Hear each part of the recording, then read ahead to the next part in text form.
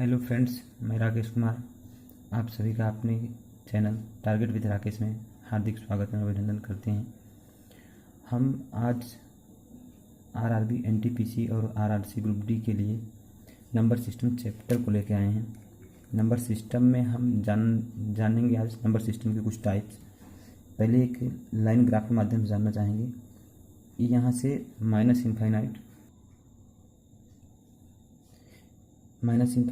ये plus infinite, zero है तो जीरो के बाद 1 2 डॉट डॉट डॉट इनफाइनाइट तक, एक से लेकर इनफाइनाइट तक जो संख्या होती है प्राकृतिक संख्याएं कहलाती हैं।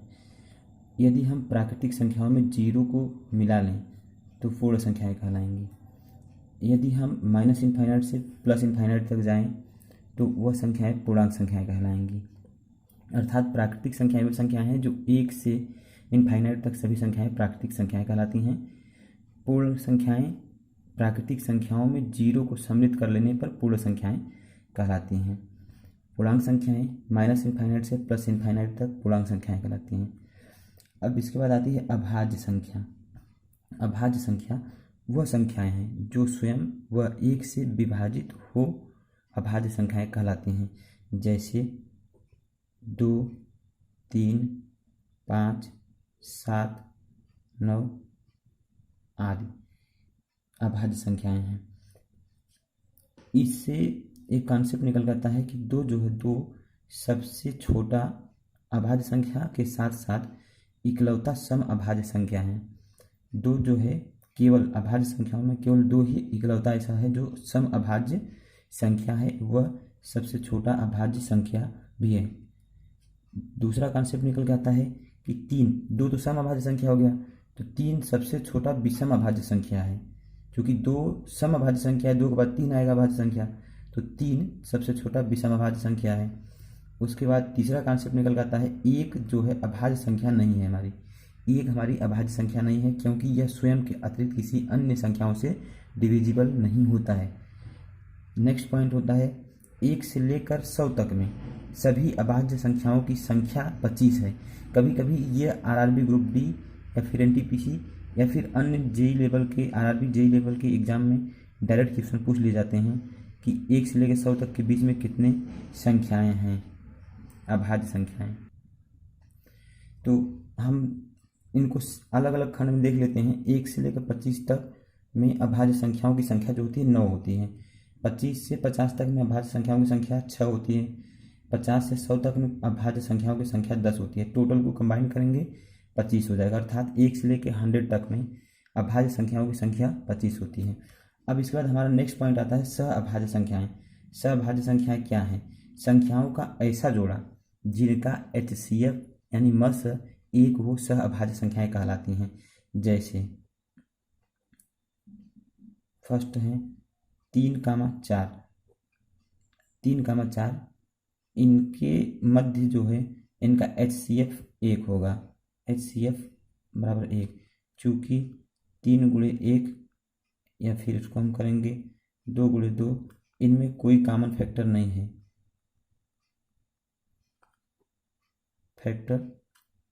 है, तो संख्याओं का ऐसा जोड़ा जिनका HCF 1 हो सहअभाज्य संख्याएं कहलाती हैं।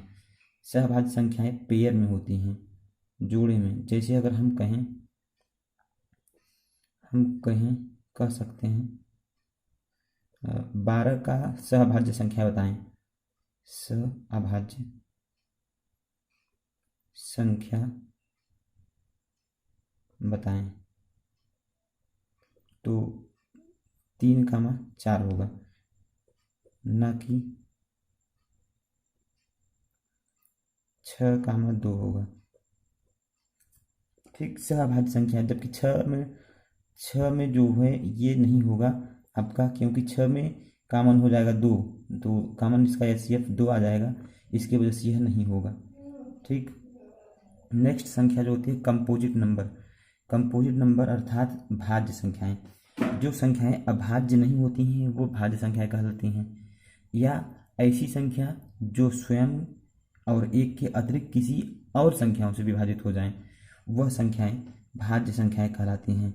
जैसे 4, 6, 8, 9, 12, 15 आदि। भाज्य संख्याएं सम और विषम दोनों ही हो सकती हैं। भाज्य संख्याएं सम और विषम दोनों ही हो सकती हैं। परिमेय संख्याएं, ऐसी संख्याएं जिनको p/q के रूप में लिखा जा सके परिमेय संख्याएं कहलाती हैं, जहां q का मान जो होता है 0 नहीं होगा, नहीं होना चाहिए। जैसे 7/5 ये परिमेय संख्या है। 3/2 परिमेय संख्या है। 3/4 परिमेय संख्या है। ये सभी परिमेय संख्या है। यदि हम क्यू ये पी से कंपेयर करेंगे इसको क्यू से, अगर हम हर को 0 कर देंगे तो संख्या 0 हो जाएगा। इसलिए परिमेय संख्या में p/q में q का वैल्यू जो हमेशा 0 नहीं होना चाहिए परिमेय संख्याओं में। और जबकि आपका अपरिमेय संख्या जस्ट इसके विपरीत है, इसमें p/q में न लिखा जा सके।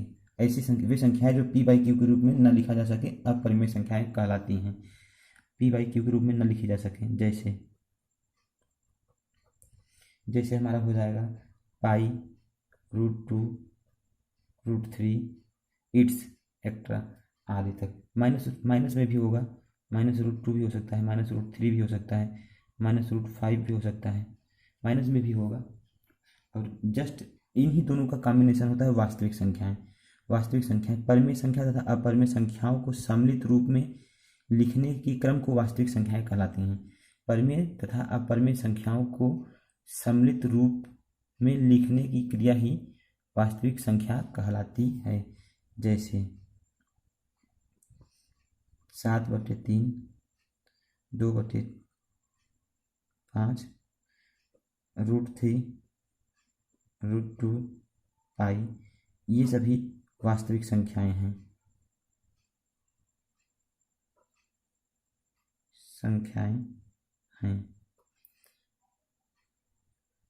हाँ तो फ्रेंड्स, वास्तविक संख्याएं, परिमेय संख्याएं, संख्याओं के ज्ञान के बाद अब हम आते हैं नेक्स्ट टॉपिक विभाज्यता के नियम पर। विभाज्यता के नियम पर इससे आरआरबी में बहुत से क्वेश्चन आसान से आते हैं। लोग ध्यान नहीं देते हैं, छोड़ के चले जाते हैं।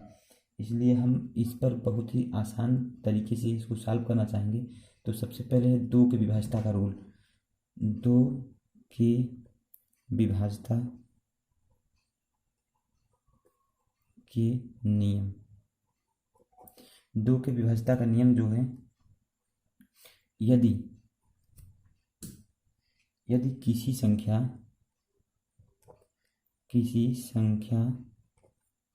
के यूनिट डिजिट 0 या सम संख्या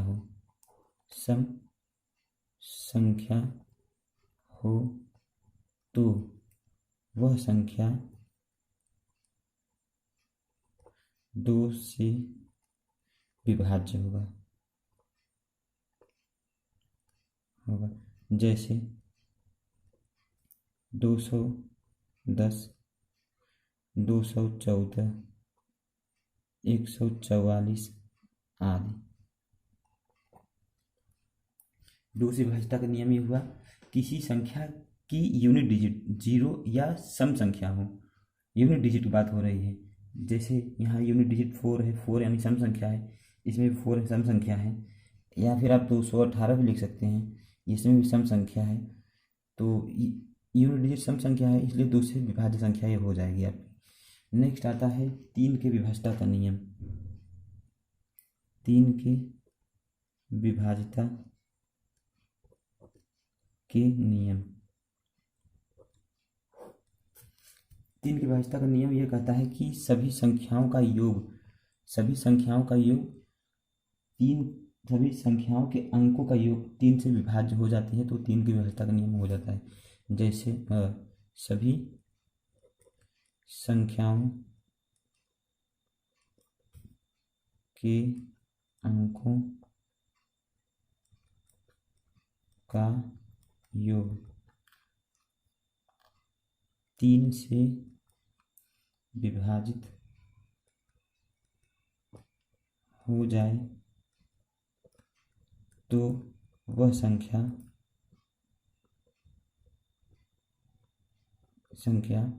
3 से विभाजित होगा। जैसे जैसे 5 1 7 स्टार 3 2 4 ये संख्या है, यदि 3 से विभाजित हो तो स्टार का वैल्यू बताएं। तो आपने देखा कि रूल जो कहता है संख्याओं का योग 3 से विभाज्य होना चाहिए। तो 5 + 1 + 7 + 3 + 2 + 4 ये स्टार है आपका। तो 5 1 6 7 6 13 13 3 16 16 और 4 16 6 22 हुआ आपका। 22 22 हो जा रहा है इनका योग। अब हम इसमें क्या जोड़ दें कि 3 से विभाज्य हो जाए। अगर हम इसमें 2 जोड़ देते हैं +2 तो ये 3 से विभाज्य हो जाएगा संख्याओं का योग। 24/3 अर्थात 8 कट गया। तो स्टार का वैल्यू जो होगा हम 2 रखेंगे। 2 रखने पर देखिए संख्याओं का योग जो होता है, संख्याओं का योग 3 से विभाज्य होना चाहिए। तो संख्याओं का योग करने के बाद हमारा 22 आ रहा था। अब वैल्यू कम हो रही थी 2 की, यहाँ अगर 2 रख देते तो हमारा 24 हो जाता। नियरेस्ट संख्या होनी चाहिए सबसे छोटी। तो यहाँ जो वैल्यू होगा हमारा 2 होगा, अर्थात स्टार बराबर 2 होगा। 3 की विभाज्यता का रूल ये है। नेक्स्ट है हमारा 4 से विभाज्यता का नियम। किसी संख्याओं के लास्ट 2 अंक 4 से विभाजित होने वाली संख्या 4 से विभाज्य हो जाएगी, अर्थात किसी भी संख्या का अंतिम 2 अंक 4 से विभाजित हो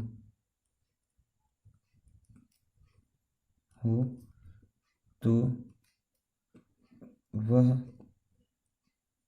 संख्या 4 से विभाजित हो जाएगी। जैसे 4 से विभाज्यता के रूल में हमने लिया संख्या 34 28। ये देखिए लास्ट के 2 अंक 4 से विभाजित हो रहे हैं, अर्थात यह संख्या 4 से विभाज्य हो जाएगा। एक क्वेश्चन लगाते हैं। क्वेश्चन हमारा ये है 33 1 स्टार 4 में यदि 4 से विभाज्य हो तो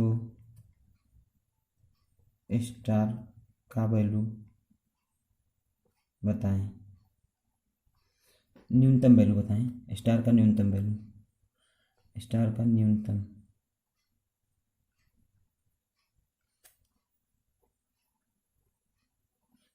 वैल्यू बताएं। तो यहाँ जो संख्या हमारी होगी न्यूनतम वही पूछी गई है आपसे। तो न्यूनतम वैल्यू मीन्स हम यहाँ पर 3 3 1 स्टार 4 में यदि हम कहा गया है कि लास्ट के 2 डिजिट जो होते हैं वो 4 से विभाजित हों। यदि हम 1 रखते हैं यहाँ तो ये 4 से विभाजित नहीं होगा, 14 होगा। 2 रखते हैं 24 हो जाएगा। तो न्यूनतम संख्या जो होगी हमारी ये 2 होगी, क्योंकि यहाँ 2 रखेंगे 24 24 हमारा 4 से विभाज्य हो जाएगा। ठीक। नेक्स्ट आता है 5 से विभाज्यता का नियम। 5 से विभाज्यता का नियम।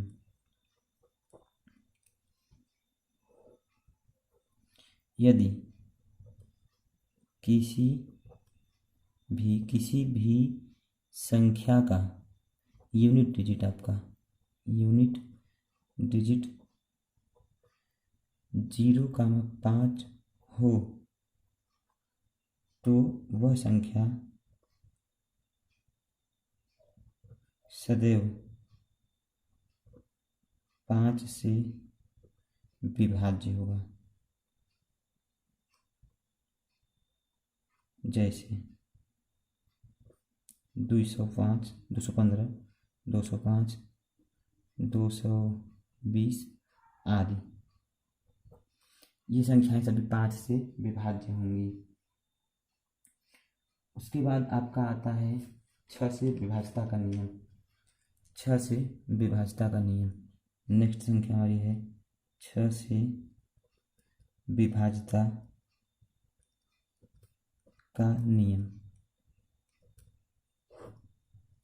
हाँ तो दोस्तों 6 से विभाज्यता का नियम जो होता है, पहले 6 का को पेयर निकालेंगे, को प्राइम पेयर।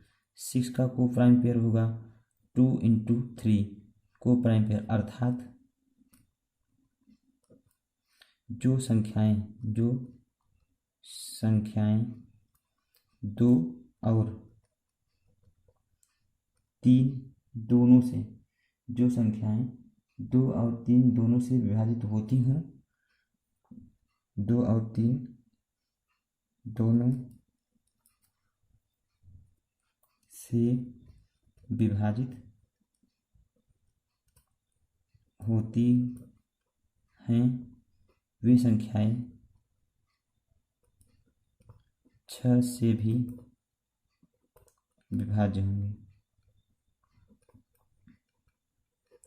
इसका मतलब ये दोस्तों कि को प्राइम पेयर 6 का जो होता है 2 और 3 हुआ, अर्थात 6 से वही संख्या विभाज्य होंगी जो 2 और 3 दोनों से ही विभाज्य हो रही होंगी। 6 से विभाज्य वही संख्याएं केवल होंगी। एग्जाम्पल लेते हैं 216, 102 हो जाएगा आपका, 120 आदि। ये संख्याएं 2 और 3 दोनों से विभाज्य होती हैं। नेक्स्ट आता है दोस्तों हमारा 7 से विभाज्यता का नियम। 7 से विभाज्यता के नियम, इसमें 2 नियम हैं। पहला नियम है, यदि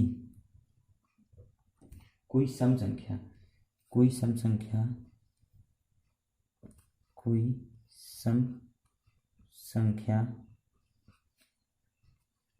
6 बार या 12 बार या 18 बार दोहराया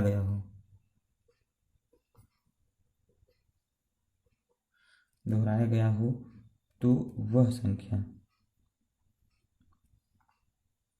7 से विभाजित होगी। तो ध्यान देने की बात है कि दोस्तों यदि कोई सम संख्या हो, 6 बार, 12 बार या 18 बार दोहराया गया हो तो ही वह संख्या 7 से विभाजित होगी। जैसे 2 2 2 2 2 2 4 4 4 4 4 या फिर 6 6 6 6 6 6। ये 6 बार हुआ। सम संख्या होनी चाहिए, ना कि विषम। यहाँ अगर हम 3 3 3 करते हैं तो यह संख्या नहीं कटती, सम संख्या कही गई है। 7 से विभाज्यता का दूसरा रूल जो होता है, नंबर ऑफ यूनिट डिजिट में 5 का गुणा करते हैं। 7 से विभाज्यता का जो नियम होता है, दूसरा नियम, 7 से नंबर के यूनिट डिजिट में 5 से गुणा करते हैं और शेष नंबर में, नहीं चल रहा है दोस्तों, शेष नंबर में जोड़कर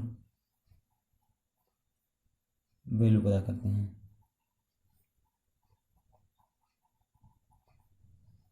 जैसे